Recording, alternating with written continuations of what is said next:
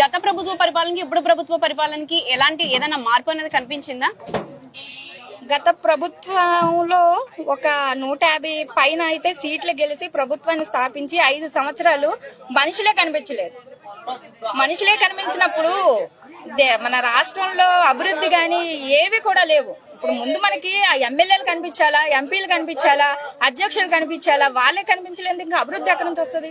గత 5 సంవత్సరాలు పడిన స్ట్రగుల్ ప్రజల్లో ఈ 6 నెలల్లో మేము బయటికి తీసుకొచ్చాం. ఎంతో సంతోషంగా ఉన్నారు. పవన్ కళ్యాణ్ గారి ఆధ్వర్యంలో వేసిన రోడ్లు కావచ్చు, గుంతల రోడ్లతో అందరూ ఎంత ఇబ్బంది పడేవారు. 5 సంవత్సరాల పాటు ఇబ్బంది పడిన తర్వాత 6 నెలల్లోనే అన్ని చోట్ల రోడ్లు వచ్చేసాయి. మన్యంలో అడుగు పెట్టలేరు ఎవరు కూడా.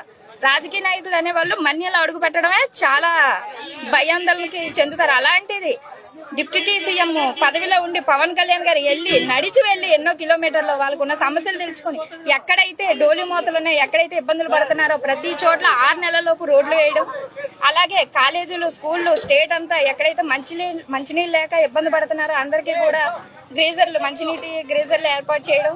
ఎవరు ఆపదన్నా సరే అది ఎంత కష్టమైనా సరే ఆయన తీర్చుతున్నారు. 6 నెలల్లో ఎంత అభివృద్ధి ఉందంటే ఇంకా 4.5 సంవత్సరాలు ఉంది. దేశాన్ని మార్చేస్తారు ఆయన. రాష్ట్రాన్నే కాదు దేశాన్ని మార్చేసి లెవెల్లో తీసుకెళ్తారని మేము చాలా ప్రౌడ్ గా చెప్పుకుంటున్నాము.